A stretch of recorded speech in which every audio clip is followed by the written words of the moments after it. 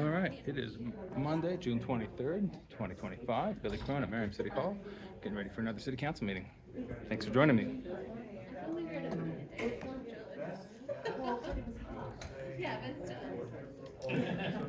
Howdy.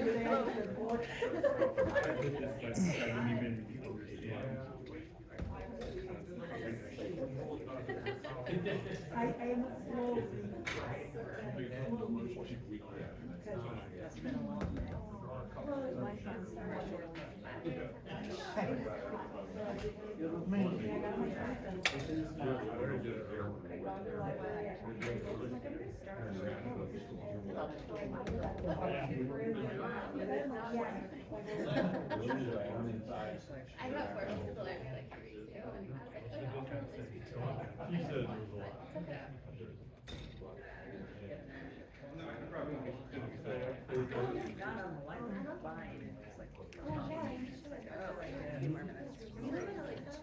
I'll totally speak to them. Dominic? And I haven't met them. You're at Merriam. Oh yeah, long time. Give me my info. I'm on the ballot this November. Billy Crone. I'm running for mayor. So I'd like to represent you. I'll be listening to what you have to say today, and I'll be listening for the next 4 years if the plan goes all the way. So, well, I'm glad that our residents stick around in Merriam. How are you? Yes, they are. Houses don't stay vacant for long in our No, neighborhood. I think those houses in Yes, we Maryland. haven't dug into anything because we were on vacation, but she liked it all. So she went through it all. That's your daughter there. She's ready to The create. what? Your daughter there. She's always. I think I've seen it in the neighborhood, like on a neighborhood list. That's the original. Yes, she was excited. We gotta get our stuff together and like make sure we have a plan. I didn't make What's our plan for? I didn't make myself like flashcards in every We'll last get it neighborhood in figured Merriam. She's excited. What? They don't have nothing on it. Oh, That's where the milk was started. yeah. The milk. Milk. Okay. No, Zara, the kids got Sorry, the dairy.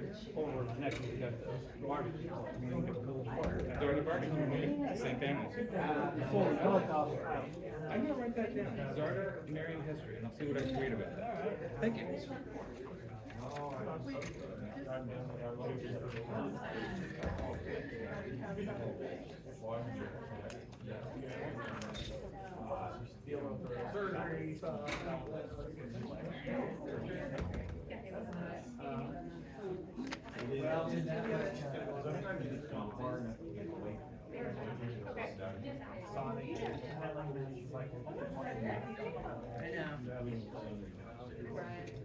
Hello.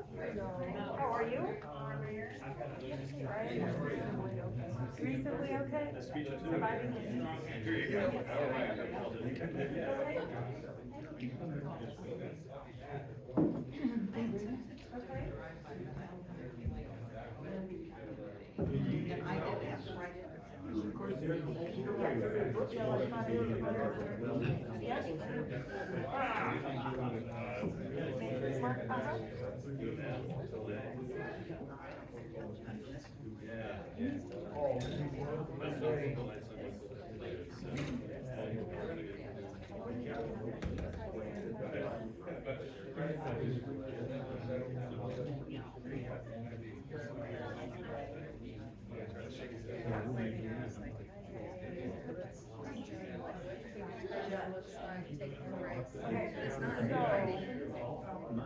But it's like, so it's something, okay, let's get to our website. You have to look at our website.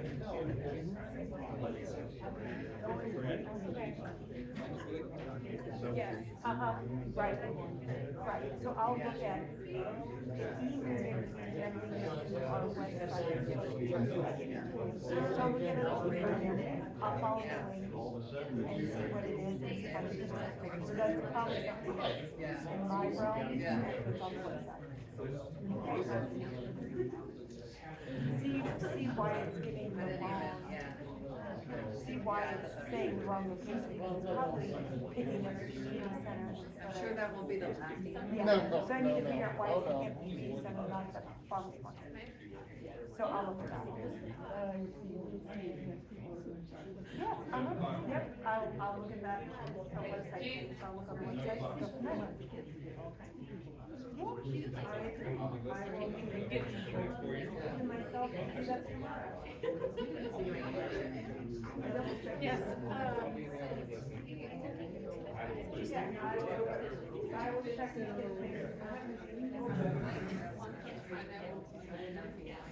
Yeah, no, I'll find it. It's kind of like.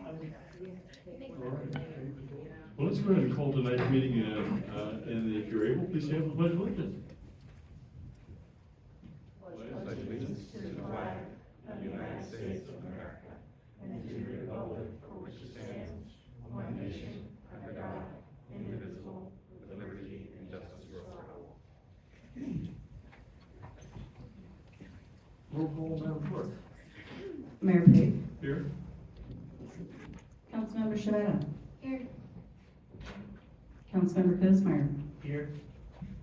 Councilmember Hans, Here. Councilmember Caldwell, Here. Councilmember Leahy, Councilmember Ryder. Here. Councilmember Silvers, Here. Councilmember Yardage. Here. Thank you, Madam Clerk. Next item up this evening is public items. Members of the public are encouraged to use this time to make comments about matters not appear on the agenda. Comments about items on the regular agenda will be taken as each item is considered. Please note, individuals making public comments will be limited to 5 minutes. In accordance with governing body rules and procedures, the city reserves the right to refuse public comments that are personal and pertinent to some interest. I do have a sign-up sheet, and I have a couple of individuals that have signed up this evening, and we'll just take these in the order of people who signed up. I have Mr. Nate Zosky. Would you Yes, come sir. to the podium, sir, and give us your name and address for the record, and you got 5 minutes. Okay, very well. My name is Nate Zoschke. Address is 8204 West 59th Terrace in Merriam. I want to preface my comments by saying I have not spoken before at a city council meeting. I'm not someone who really enjoys public speaking, nor is this something that's necessarily easy for me. The reason I'm here is because I grew up in Merriam. I bought a house here. I'd like to stay here as long as I can. I'm hurt and disappointed by the actions of the city council at last Monday's council meeting where you guys approved the ordinance for the Grand Market Station development.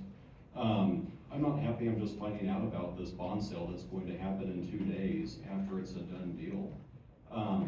This really isn't a debate about which grocery tenant we should get or whether Trader Joe's is high-end or budget-friendly. I think those inane debates are really a distraction from the real issue, and I think that comes down to transparency and the responsible use of economic development incentives. As much as I'd like to have a good frittata or a good eggs benedict, I would prefer we not foot the bill for a developer to bring in a corporate-owned grocery store. I am upset by the city council's overzealous use of tax incentives, including more than $6 million in economic development grants, essentially handouts to purchase Shell and Chipotle properties, along with close to $14 million in TIF reimbursements. This is part of a total incentive package of over $50 million, which is half of the already high $102 million project estimate, all to bring in a grocery store that will compete with more than 10 grocery stores already well within a 10-minute drive. To my knowledge, none of those stores received such incentives. The most recent, Al Super, opened just 3 minutes away without any incentives, showing that the market supports new grocery stores here without government intervention. Merriam is not a food desert, nor is it a highly impoverished community. We're not lacking in grocery options, and we're not so affluent that higher-end stores always succeed here. Just look at the Hen House and Wild Oats Market, which didn't last. The Wild Oats space in downtown Mission has been vacant for nearly 20 years. We're a working-class suburb that supports its grocery stores on a market basis. Now those stores, including local and employee-owned businesses, must compete with a specialty option that's being given $32 million in general obligation bonds backed by the full faith and credit of the city.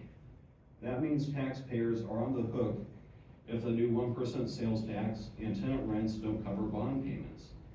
Usually these projects use industrial revenue bonds for a reason.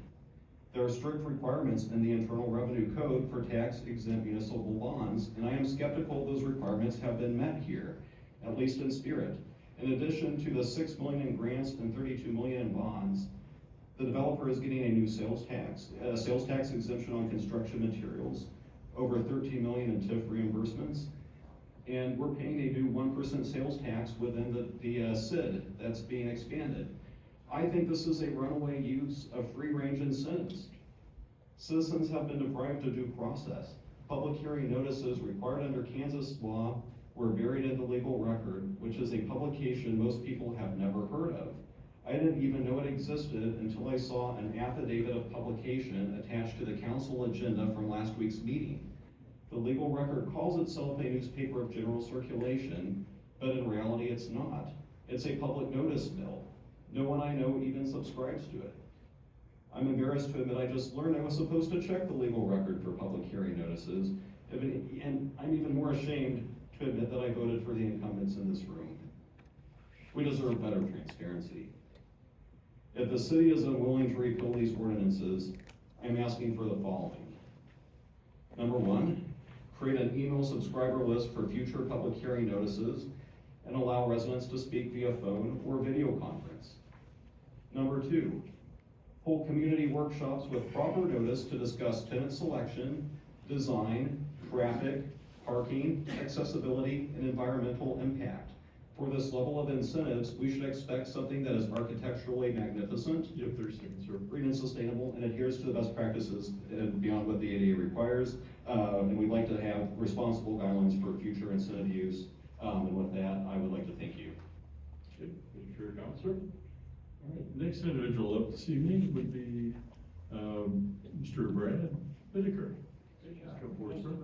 Thank you. Can I approach and give paperwork to you and councilperson? Sure. Awesome. Here. Oh. For you, sir. Thank you. So like our previous, folk here, I'm not a public speaker and I'm not used to this, so bear with me. I hope to do this in 5 minutes. So I have a rental home at 6210 Hadley.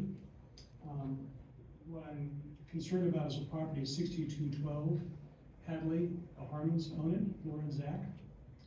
I've typed out a brief summary, and so here's what's going on. There's egregious code violations on the Harmons home on Hadley. I've made numerous complaints through the code department, and they've been great to work with. They've done all they can do. I've worked directly with the Harmons since February to see if I can help them. I initially offered to possibly buy their home, help them find labor to remove all items, and even pay them to get a U-Haul to move their stuff out and clean their yard. I mowed their front yard personally, and have had it professionally mowed until last week. The Harmons seemed to believe that I promised to buy their home, assumed I would incur all expenses, haul away trash, pay for storage units, fix their car, and buy their home before they moved out. On June 14th, Laura texted me to see if I wanted to still buy their home. I told her I was not, and explained why in my text. In the text, I said I was clear from the beginning on conversation that I would need to see all of the home. I have, after months of setting dates to meet, saw the first floor and never been able to view the garage or basement. Note, you have to go through the garage to get the basement. Her reply to my text was, wow, just wow, you really effed us over. You lied in whatever you had to say to get our yard cleaned up. Unbelievable. My reply, and last reply, was, I explained my intent was to always help them, and the goal is to help them get as much money for their home as possible, if in fact they really wanted to sell them. That's questionable. I said I would not correspond to them again. Can I not? Since that text, she has sent me cryptic texts threatening to pile trash in our rental yard, and then on June 18th she texted, have fun with the complaints now. I immediately went to meet with Dave from the code department, and on June 20th, Merriam Code Enforcement filed a complaint with the Harmons. Okay, so today the Harmons rented a U-Haul, and I think removed all the trash from the side yard. So if you look at the pictures I gave you, the top picture is the pile of trash. Is the pile of trash they put to be annoying to my tenants. The goal, I think, is have my tenants leave to make life difficult for me.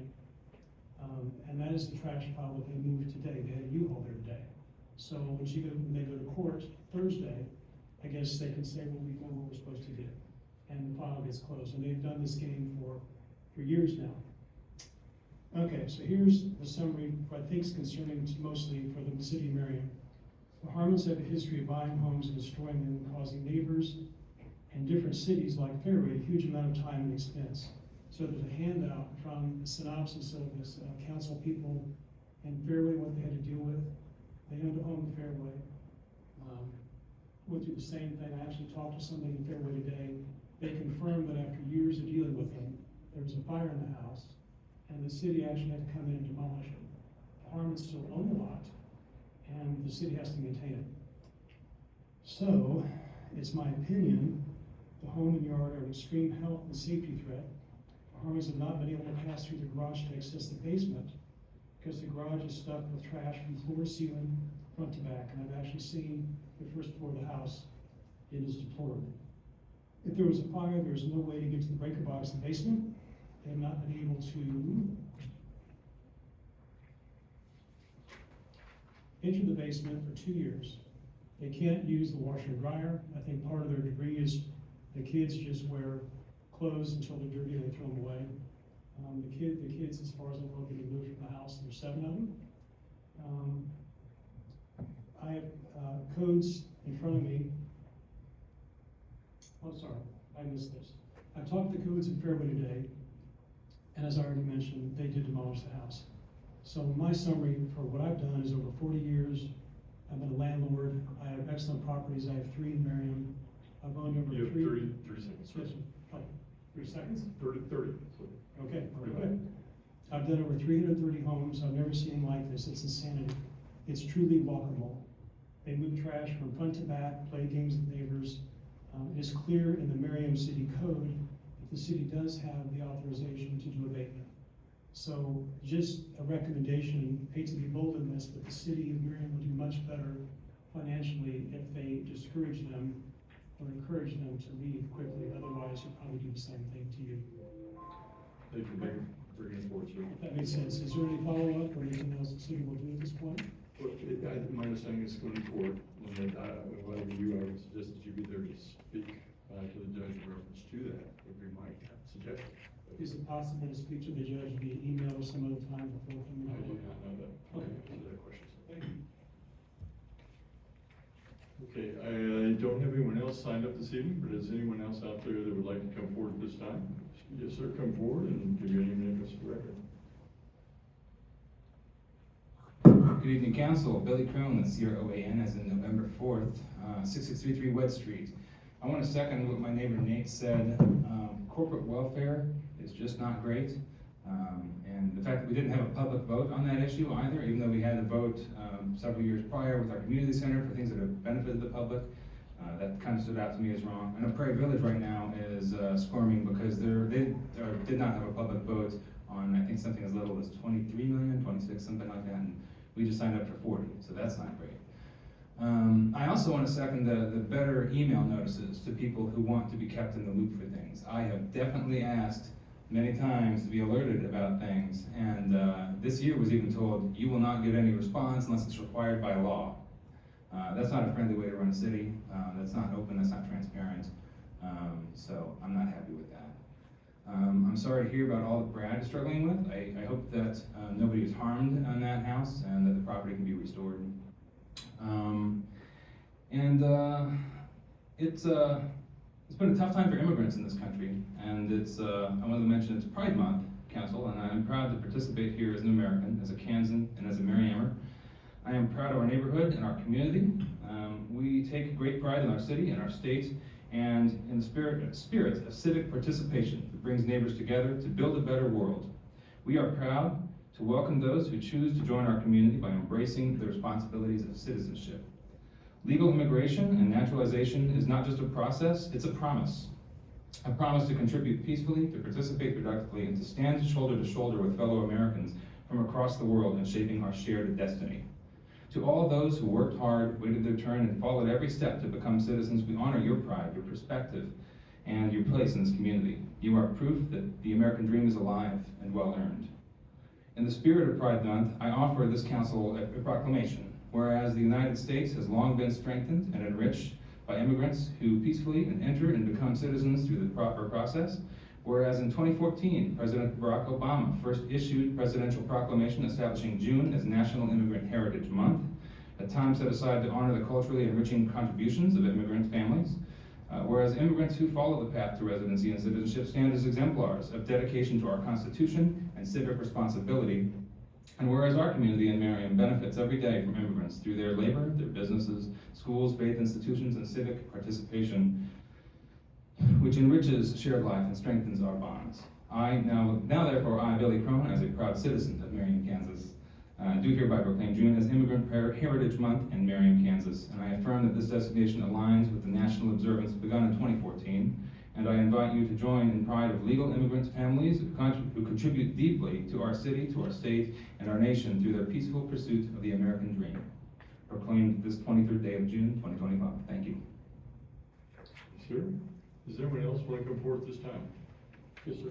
Come forward, give your name and address for the record. My name's Dominic Italiano, and I live off 5148 Hayes. One of the oldest areas in Merriam. For a little history, it used to be Zorda Dairy that makes milk, and the offspring, they make the barbecue. I got the original house, by the way. Mine's more of a question, you guys. I've seen on the email or some reading that guys who want to tear up downtown because of flood control. Is that true? Well, we're the Corps of Engineers on flood control down there. Have been for years. When was the last time it was going to flood? It's been a long time. I know, I've been through all of, I got caught in the rain and we had 7 or 8 inches. And it comes up, but it doesn't flood. Let's go on down where they plug it up past Merriam, but other than that, that's why I was wanting to question, are they gonna move all those businesses out of there so they can put a parking lot or something? That's my question, so. And we have no answers. Okay, all right, sounds good enough to me, thanks. Anyone else have any questions concerning that? I was gonna speak on the stormwater item when that comes up. Well, you used 5 minutes of it, Mr. Crone. Oh, all of it? Of your time this evening. Okay. Anyone else this evening? Well, I believe it was almost 5 minutes, but maybe, let me correct myself. I don't want to take that for advantage. Do you happen to have how many minutes Mr. Crone has? He may have had a minute and a half left. Okay, we'll give you a minute and a half of that time. I'll make a good use of it. Okay, I apologize for not knowing for sure, but I thought it was close. Thank you, Your Majesty. Anyone else? Okay, Hey, if I've got 20 seconds, I'll use it. I don't want to get into this as far as how many seconds that we have and don't have. I don't know that. That gentleman used all his 5 You've minutes. used all your 5 minutes, sir. Okay. 5 minutes is for anything that goes on during the evening, so I suggest people in the future mark the time. So, well, I will close out the public portion of the meeting then. And the next item up will be consent agenda. All items listed under this heading are considered to be routine by the city council and may be enacted by one motion. There will be no separate discussion of these items, yet unless the council member so requests, in which case that item will be removed from the consent agenda and considered separate. We do have 2 items this evening, so maybe we should have either of those items removed from consent. Okay, see nobody wishing to have anything removed. I would entertain a motion. Go, Mr. Silver. Mr. Mayor, I'd like to move that the council approve consent agenda numbers, item numbers 1 and 2. Okay, I have a motion. Do I have a second? Good, Ms. Haynes. Mr. Mayor, I second that. Okay, Madam Clerk, we have a motion, a second. Councilmember Shavetta. Aye. Councilmember Cosmeyer. Aye. Councilmember Hans. Aye. Councilmember Caldwell. Aye. Councilmember Ryder. Aye. Councilmember Silvers. Aye. Councilmember Yodridge. Aye. Motion passes 7-0. Thank you, Madam Clerk. Okay, the next item up this evening is Mayor's report. I always like to talk a little bit about what I and the council members have done over the last couple of weeks. Let's get through this real quick. I attended the Johnson County, Warnock County Mayor's monthly meeting. It was hosted by Mayor Melanie Hepperly of Fairway, which get a chance to talk about pertinent things in our respective cities. The council member attended the UCS Human Service Summit on cultivating resilience an uncertain political landscape. Both nonprofit and local government officials attended. There's a lot of uncertainty on how funding will pan out. I attended the business appreciation event hosted by Economic Tourism Manager Karen Crane over on Community Center. Although there was not a large attendance, those who were there were very appreciative and we got to interact with them. I and several staff council members were interviewed by Zip Trip crew about Merriam. We were excited to have them highlight our city during the recent newscast. They shared a lot about our great businesses and all that we have to offer here in Merriam. Our thanks go out to them for a thorough job they did. Our entire metro now got to see what a great city Merriam is. Council member attended a Shiny Garden tour, which featured 2 properties in Merriam. We congratulate Leach, Hines, and Weisher for the wonderful gardens and representing Merriam in that. Council member attended the Make Music Day at the Merriam Community Center. I and several council members attended the Northeast Chamber ribbon cutting of the JCDS new home in Ward 1. This home will house 3 women who would have difficulty if they were living alone and without the support of the county. Commissioners Fast, Chairman Kelly were also in attendance. Big thank you goes out to the county for providing programs that address this growing issue.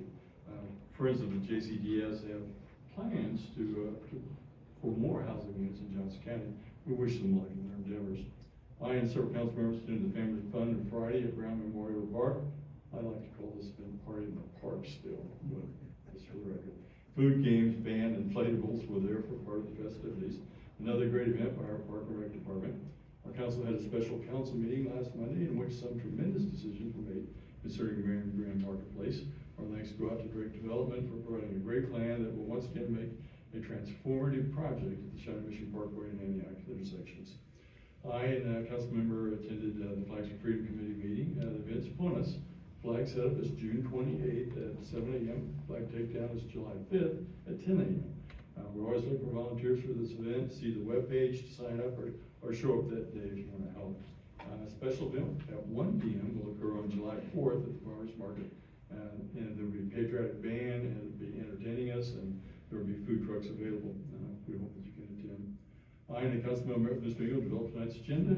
I attended the Northeast Johnson County Mayor's meeting at 1900 Shawnee Mission Parkway. This meeting was hosted by Mission Woods Mayor Erica Hartley, excuse me. I and council member attended the Forest Park Block Party. We had the opportunity to tell residents about all the great things occurring in Merriam. They are thrilled that a new grocery store is coming to Merriam, I might add. I attended the Johnson County Kiwanis function, shared within the group that all Merriam was doing. And probably last but not least of this event is that we had several individuals, Grant Gant, Caleb Hunt, Cole Serber, and Whitney Yadish represented the city of Merriam in the Northeast Johnson County Annual Tournament.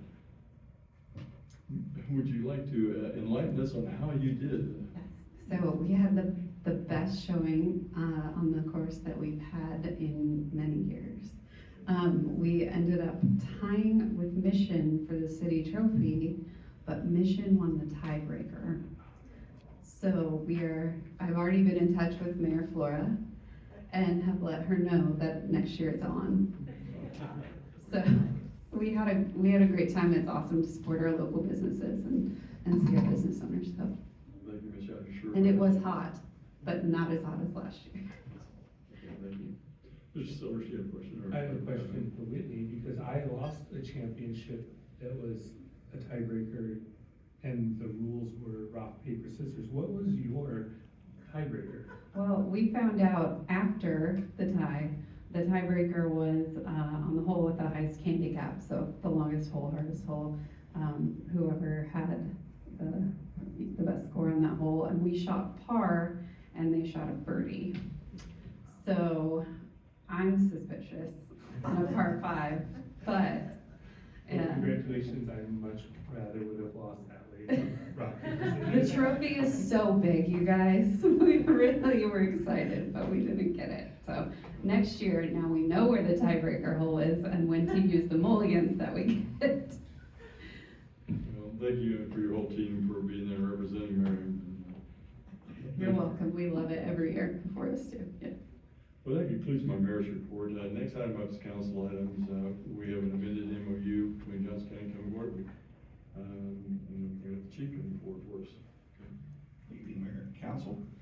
What you have before you is an amended MOU that we have with the Johnson County, County Commissioners, for, co-responder services. There's not a great change in the MOU. The changes were mostly for budgetary reasons. At the beginning of this, their budgeting, cycle was a little bit off kilter from the city's budgeting cycle, and we ran into a couple instances where they were asking for things outside of our budget. So they're great partners, and all we had to do is discuss what changes we need to make. This amended MOU reflects those changes to get them back on our budgeting cycle so that we can both more efficiently fund those services that we enjoy here in the city of Merriam. Any questions, I'll be happy to answer. Any questions for Chief McLaughlin? Okay, let's see no questions. I would entertain a motion, Ms. Hand. Yes, Mr. Mayor, I move that the council approve an amendment to the memorandum of understanding with the Johnson County Board of County Commissioners for the co-responder services and authorize you, the mayor, to sign the amended agreement. Okay, we have a motion. Do we have a second? Okay, Ms. Shepherd. Mr. Mayor, second. Madam Clerk, we have a motion and a second. Councilmember Cosmeyer. Aye. Councilmember Hans. Aye. Councilmember Caldwell. Aye. Councilmember Ryder. Aye. Councilmember Silvers. Aye. Councilmember Yodridge. Aye. Councilmember Shavetta. Aye.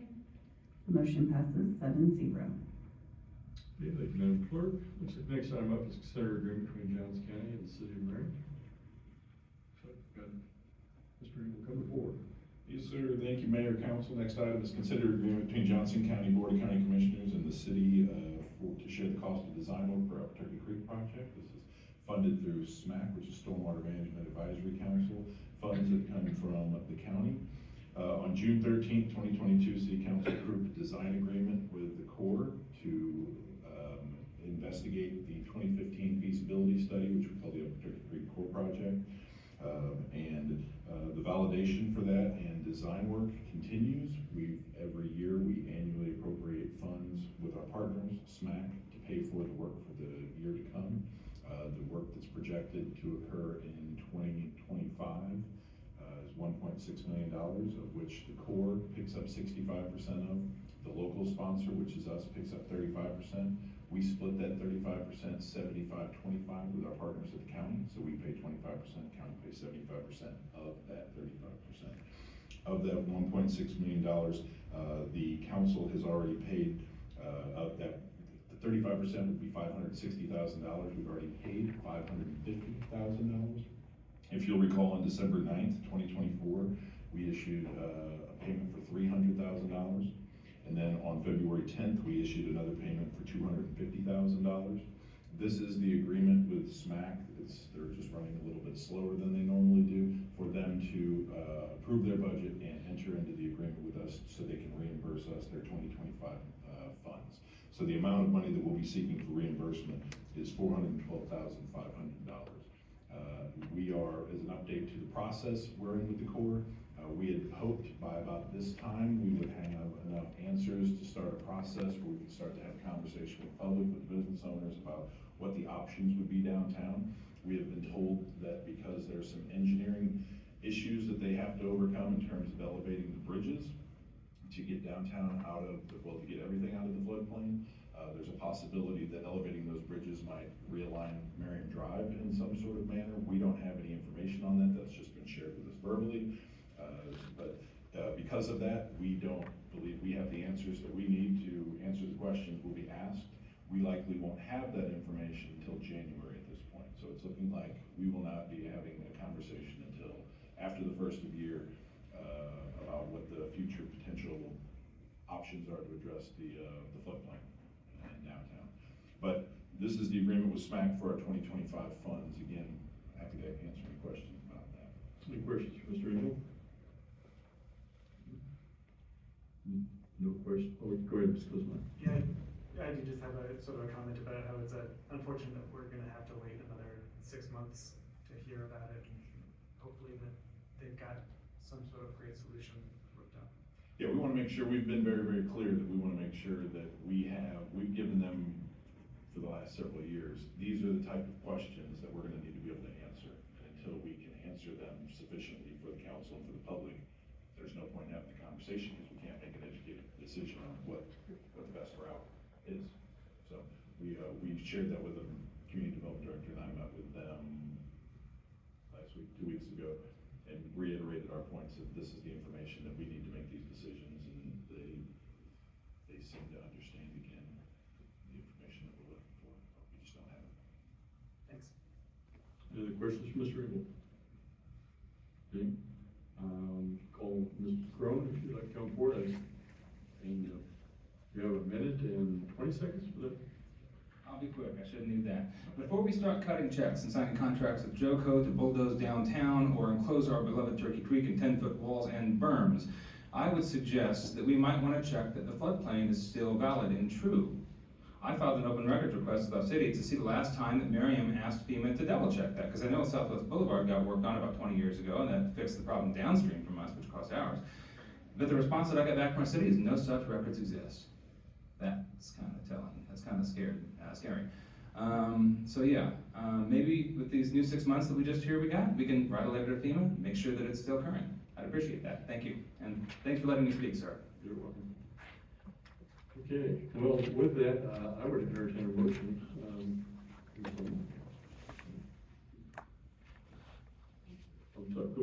Go ahead, I'm sorry. Mr. Mayor, I move that the council approve an agreement between the City of Merriam and the Johnson County Board of County Commissioners to share the design costs of the Upper Turkey Creek Stormwater Project. Thank you. We have a motion, we have a second, Ms. Haynes. I second that. Madam Clerk, we have a motion, a second. Councilmember Hans. Aye. Councilmember Caldwell. Aye. Councilmember Ryder. Aye. Councilmember Silvers. Aye. Councilmember Yodridge. Aye. Councilmember Shabeta. Aye. Councilmember Kutzmeyer. Aye. Motion passes 7-0. Thank you, Madam Clerk. Looks like next item of staff items, we have a community development update. Director Dyer, come to the podium. Mayor, Council, just a brief update on your grant programs, a couple of the three big ones we're working with right now. First of all, it's gotten very hot, as we all know, so folks are looking for a new HVAC system to replace their current one and buy a more energy efficient one.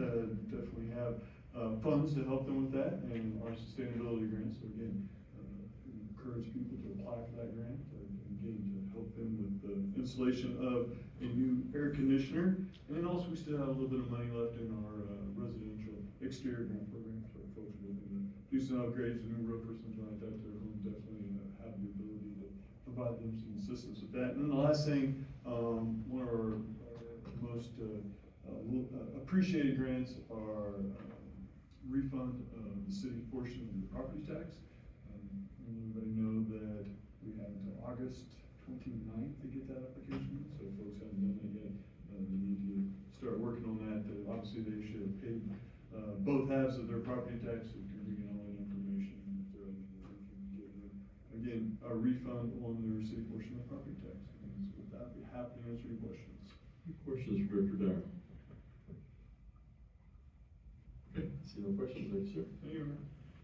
Okay, looks like the next item up then would be the May financial update for my records.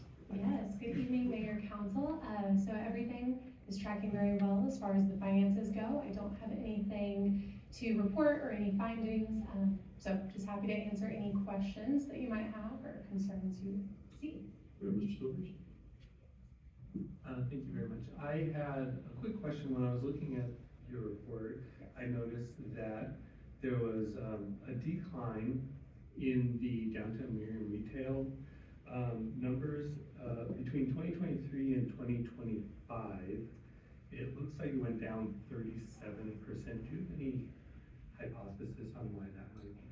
Yes, so for anyone that wants to flip to, I think we're talking about page 4. There's a chart on there, and specifically Councilman Silvers is referencing the Johnson Drive retailers. It does appear that there's a decline from 23 to 25, pretty substantial. So I'm happy to look into that and give you some more specific information. We receive sales tax numbers by industry sector, not by specific retailer, so, but I can look and see if 23 and 24 were an anomaly and they were just high, and now we're going back to where we were prior, or if we're continuing to see a trend down. I'm sure other staff members probably know if there was substantial closures or changes that happened with some of our retailers in that time. I wasn't aware of any, but I can definitely deep dive as far as I can with any information that we're given, so. Do you wouldn't mind just letting us know that? Happy to, yes, sir. Interested to know. Yes. Thank you. I would also encourage you to let us know, if, because it's Johnson Drive Retail, what area that might be. Yes, happy to do that, ma'am. I'll put some clarifications in your Friday report. Any other questions for Director Moore? Okay. Thank you. See no other questions, thank you. Okay, well, my understanding is next, we're gonna have someone from your department chief is gonna teach us a little bit about active shooter training, is that correct? Yeah, Ruben's new to the council, and so we try to give a very high-level presentation on active shooter training. This is the same training that we give to any citizen groups that want to come into our businesses, and give them an overall lesson on active shooter training. So I'm going to have Captain Waters come up here and give you a little presentation on active shooters. Sure. Good evening, Mayor and Council. Let's see if I can get technology to work here. So my presentation is not going to be specific to here, this building, things along those lines. It's more of a overview of general situational awareness and things along those lines that we talk about in here. And you can kind of take that information and look around and see those things within the council here. And if this were to ever happen in here, what things you could do. But one of the things, I'm just gonna click through here, that I want you, there we go. Those three words, run, hide, fight, those are the ones that I want you to remember. Of anything that we talk about tonight, when you get into a stressful situation, your body naturally starts to shut down. So, you want to remember those three words. Again, when you get into stressful situations, your body actually kind of goes back to what you thought about, talked about, heard about, learned about, and when you want to keep it real simple. So we don't want to tell you have to do 3 forward rolls and a backflip to get through this. The run, hide, fight is really what we want here. So something to think about though is, how often we talk about fire drills and at our schools and businesses along those lines, versus when was the last death at a school or a business related to a fire? We haven't had many. All of the technology upgrades, fire sprinklers, fire suppression, those kinds of things have really dampened that. But when you think about how often are active shooter and intruder drills conducted, thankfully nowadays more so often. I know my children have come home and talked about it, being this a topic that I'm passionate about. We've talked quite a bit about it, but it's not as much as we probably should. But there's the bottom line. When was the last death due to one?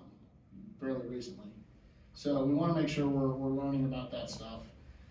So how do we define this? The definition we use is the Department of Homeland Security defines an active shooter as an individual actively engaged in killing or attempting to kill people in a confined and populated area.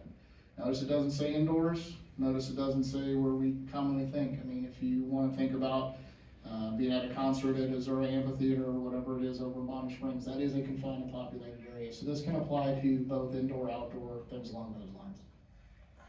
So we always want to talk about how we kind of got to where we are with this. A lot of people think this is kind of a newer phenomenon in the last 15 years, 20 years, but the reality is it's been going on for longer than that. This gentleman was in Camden, New Jersey, but what we really talk about is Columbine High School, because it kind of changed public's perception and police response to how these incidents occurred.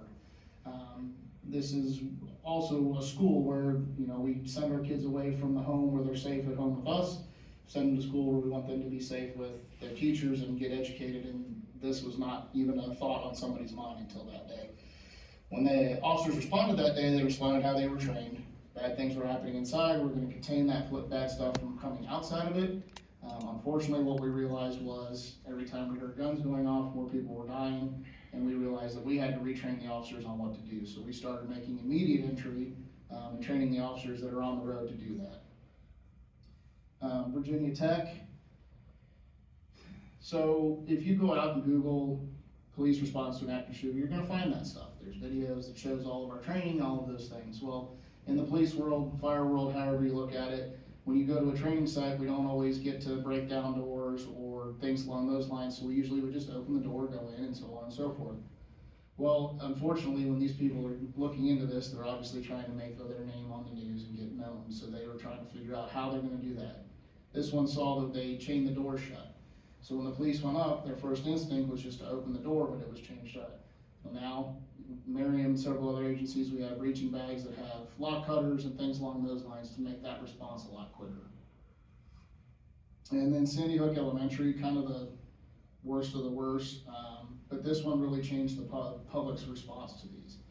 For the longest time, we were responding, teaching the public to hide in place, shelter in place, lock yourself in rooms, things along those lines, to try and survive this situation. Well, with Sandy Hook, what they realized is, as the incident was occurring, they found students and staff running away from the scene, miles and miles away from the scene, and they asked them, why are you doing that? What taught you to do that? Well, what do we teach our kids about strangers? Do we tell them to just walk up and shake everybody's hand, or do we tell them to be a little bit curious? So when they started talking to these kids, they found out that they wanted, they saw a bad thing happening with a bad person in their room, and they wanted to get away from it. So they were following their natural instincts. So this is kind of where the whole run, hide, fight's infancy started, was if you can get out, get away from it. If there's no way for you to get out, hide. And if at the last resort, fight. And we'll talk about that a little bit here in a few minutes. So we've talked about some incidents. You guys, I'm sure, have seen them on the news, but I always bring up, we have had them locally here. With Kansas City, Missouri, Overland Park, Lenexa had one. We had one at the Chiefs Super Bowl parade. That is still considered a combined and populated area with what they had going on down there. Nationally, San Bernardino, California, internationally, the list goes on and on, unfortunately. But it is a more common phenomenon that we need to do some training and talking about to be prepared for. So just some quick statistics. You guys can read through those, but it's 154 events in a 10-year span that they studied, which is quite a bit. 96% were male and acting alone, and that's becoming more of a popular thing, is to be a lone actor, just because people can't not talk about what they're doing. The average shooter lasts 12 minutes, 37% were 5 minutes or less. A lot of that has to do with the public's response and the 911 and the accessibility of cell phones and getting the information out there so that the police can respond quicker.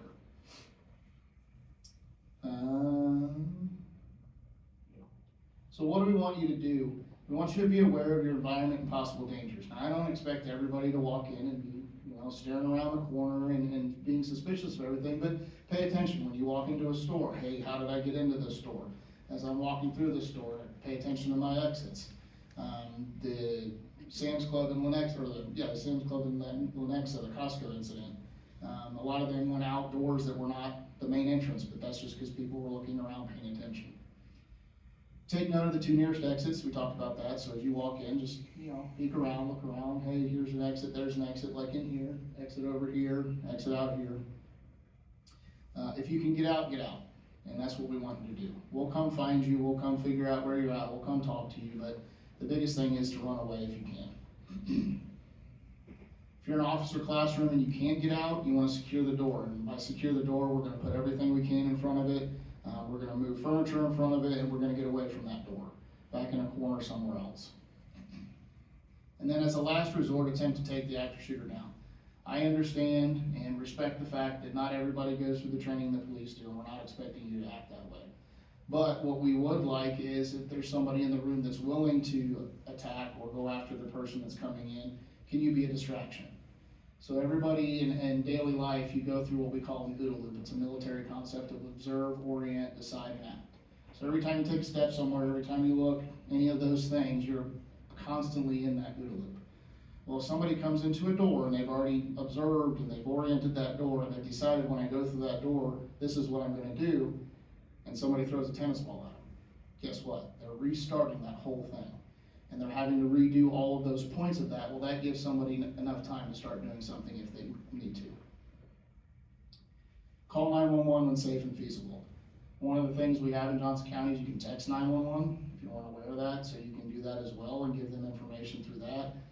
What we're saying here is once you get that door barricaded, you feel like you're in a secure-ish location, that's when we want you to get the 911 call and give out the information that you can.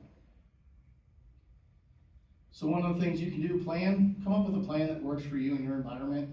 We all have places that we go on a regular basis, work, home, store, wherever that is. If you're going to a place on a regular, let's think about that as we're walking through. Coming into the council meetings, think about it as we walk in. City Hall, police department, wherever you go. Practice it, even if it's in your mind. If I'm sitting in my office and I go, okay, if somebody were to come into this room, what am I gonna do? The more that I can do those things through the mind, the more of the times that I work that through my head, when that instant happens, again, you'll go back to what your mind is most used to hearing. You'll automatically, your body will just start doing it. Pay attention to those you see every day.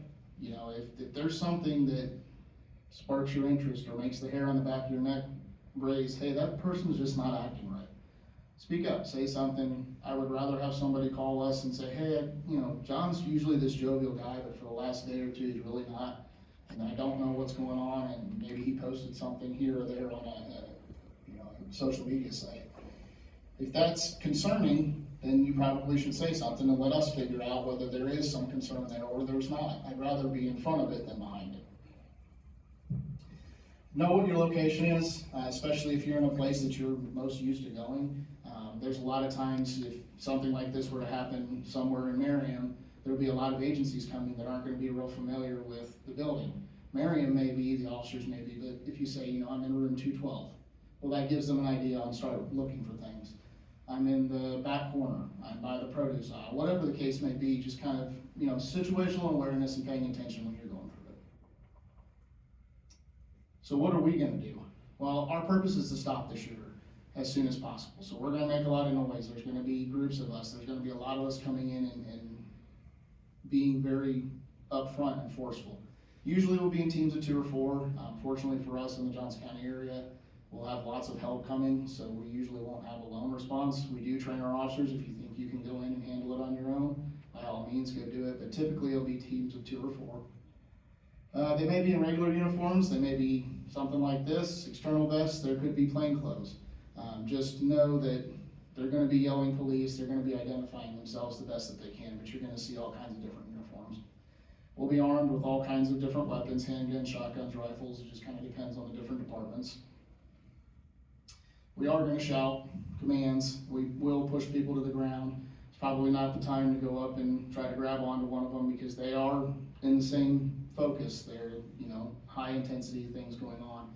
So it's not going to be the jovial officer that you're used to seeing in places. They're going to be making emergency response into things.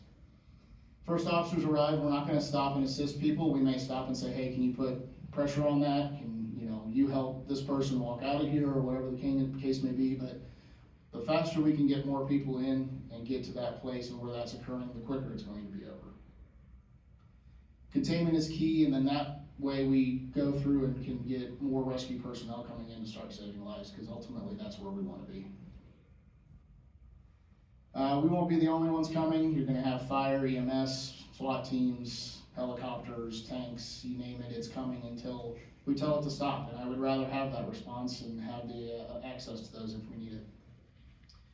As more people come, we'll have an outer perimeter. We'll start keeping people from coming in and out of the scene, and we'll start collecting people and trying to push them into an area so that we can make sure and take accountability for who was supposed to be in the building at the time.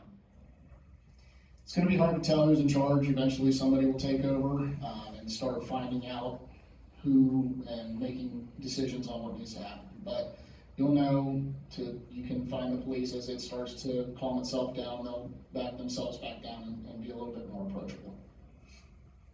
So how do we want you to react? Try to remain calm. I know that's kind of a cliche thing, but do your best. Follow the officer's commands, keep your hands empty, raise them above your head. This is what hurts us, this is what we're paying attention to. If they're up here like this, it's really hard for somebody to do something to grab a weapon or things. We can tell really quickly if you have it up there. Avoid grabbing onto the officers, and understandably that's going to be a safety escape, but that's where they're probably going to be pushing people off and making quick movements towards them. Again, they're going to be zeroed in here, paying attention to things, so those quick movements are going to make them run nervous. Don't stop to ask for help when evacuating. If I'm going that way, go that way. Because I've already come this way and didn't have anything bad happening behind me, so just kind of go in the opposite direction. Keep moving and get out. Again, remember the run, hide, fight. If you can and it's safe, help the injured leave the building. If you have the ability to help somebody out of the building, don't make yourself into another victim because you want to help somebody, but if you have that ability, we want you to help put the pressure on, tie off a shirt or something, and then help them get out of the building as well. So what are some of the things that we happen afterwards? We're going to want to account for everyone. Not always the easiest thing to do, especially in public places, but we are going to try to make sure we can account for everybody. So we want to make sure if there's a master list of employees or patrons, that we can try to get a hold of that if possible so we can start reconciling where the people are. We're going to look at what type of counseling we have. We're going to need to get that started fairly quickly, even if you weren't in that area when it happened, but your coworkers experienced it. You're going to experience it as well. So you want to make sure you're taking care of everybody that's involved in that incident, even on the outskirts of it. Building's going to be a crime scene. It'll be locked down for quite a while. Is there a plan for alternate space for business? Do we have another place that we could hold a city council meeting if this were to become a crime scene? Or do we have plans for that in the future so that we can still have the continuity of business and city business occurring even though we still have an investigation going on? And then who's going to be in charge? Who's going to be the go-to person for that, whatever it may be? If it's here, who are we looking towards to be the person we're going to talk to ask the questions of and get the statements from? So there's a few questions. If you guys have any, my contact info. I kind of moved through this, excuse me, fairly quickly, but I am going to play you a video that's going to kind of reiterate a lot of what I talked about here. This video is out there on YouTube. You can type in Run, Hide, Fight FBI video and you can find it. I encourage people to use it at different meetings that they attend, just so that you can kind of get this information out there. Hopefully one more person watching the video helps save a life.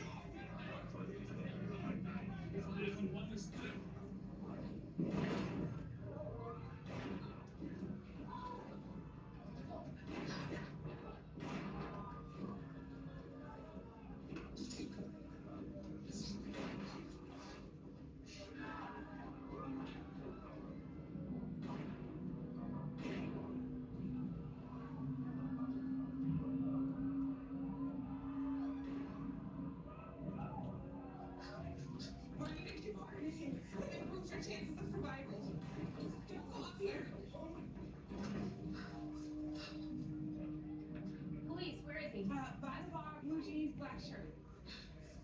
Empty hands up, follow their instructions. I'm in a direct line of fire if I head for either exit, but I have other options to help me survive.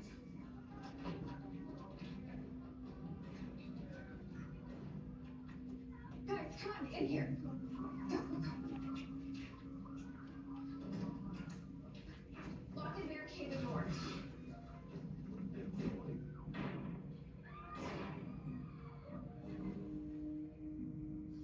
My exits are blocked by the shooter. I gotta stay hidden. I'm no victim. I'm ready for this. He's applying direct pressure to the wound to stop the bleeding until we can find a tourniquet. In the meantime, turn off your phones and make a plan to defend yourself.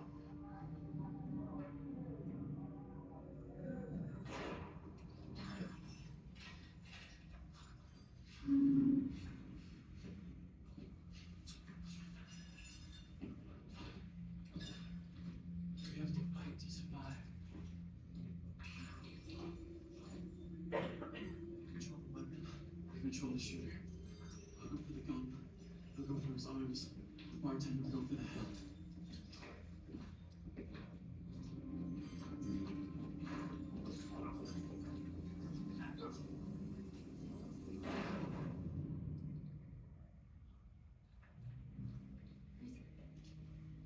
We got him right here. Spin it up. Show your hand. Over here.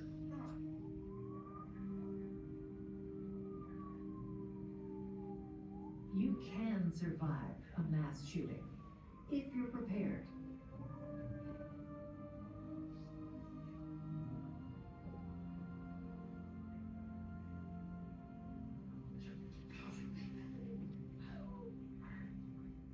Remember, run, hide, or fight. Run. Wherever you go, be aware of alternate exits. Quickly and cautiously evacuate in a direction away from the attacker. Don't hesitate. Seconds matter. Remember windows and emergency exits. Leave belongings behind. Keep your empty hands raised and clearly visible when exiting the building. Follow all instructions from the police. Don't stop until you're sure you've reached a safe location. Hide. If there is no safe escape route, find a good hiding place. Lock and barricade the door. Silence cell phones. Prepare a defense plan. Fight. Fight only as a last resort. Use available objects as improvised weapons. Use teamwork and surprise. A coordinated ambush can incapacitate an attacker. You're fighting for your life. Don't fight fair. Stop the bleed. A victim can die of uncontrolled blood loss in 5 minutes or less. Apply pressure or a tourniquet to control severe bleeding.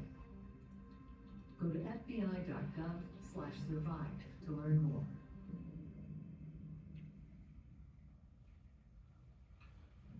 Thank you all for taking the time to listen. Any questions for Captain Waters? Or- Go ahead, Shelley. If you're injured and you can't run or necessarily move, how does that change your priorities? The officer or the individual? The individual. You're gonna try to get yourself to a safe place as best you can. As far as the officers go, the first ones aren't going to stop. They may tell you, hey, here's a tourniquet, or put some pressure on that, because we've trained, fortunately in Johnson County for a long time with medical and fire to get the officers in as quick as possible, and fire is coming in with the next wave of officers to start saving those people. Any other questions? Ms. Hanson? So in the bar scenario, who might have called 911? Probably the people in the room once they lock themselves in there. Okay. Or you're gonna have people passing by. As they're running out?